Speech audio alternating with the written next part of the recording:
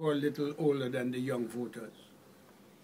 The second and third generation of voters, the first and second generation of voters, need to cast their minds back to the state of the infrastructure of this country, the financial condition of this country, the educational system of this country, and the housing system of this country when Ralph Gonsalves was first elected with the United Labour Party. They need to first of all look at that. And look at St. Vincent today and ask themselves the honored question that politicians have asked themselves: are you better off today than you were 10 years ago?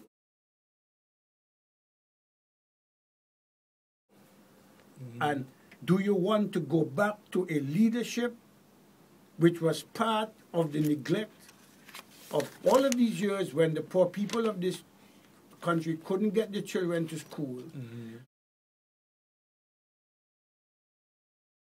Eustace and the ULP and the NDP need to tell us that if you're going to repudiate the foreign policy that has taken pain and time and suffering and effort and commitment to negotiate and conclude for the benefit of the poor and working class of this country, where's the money coming from?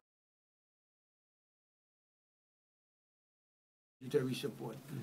You have a corresponding obligation to tell them where you're going to get the money from. This is one of the questions that political leaders in opposition, who are, insofar as the reality is concerned, are in a continuous suspended state of animation. They don't understand what the world order is. They have to tell us that if you're going to repudiate Alba, if you're going to turn your back on the Bolivian Republic of Venezuela, if you're going to turn your back on Cuba, you're going to turn your back on Morocco, or you're going to turn your back on Libya, or any and all of the bilateral and multilateral relations negotiated by Dr. Ralph Gonsalves and the ULP government, you have the corresponding obligation of disclosure and good faith and honesty and integrity to tell us where you're going to get the money from to provide education for the children, housing for the poor, land reform for the poor, how you're going to complete the international airport, which is vital.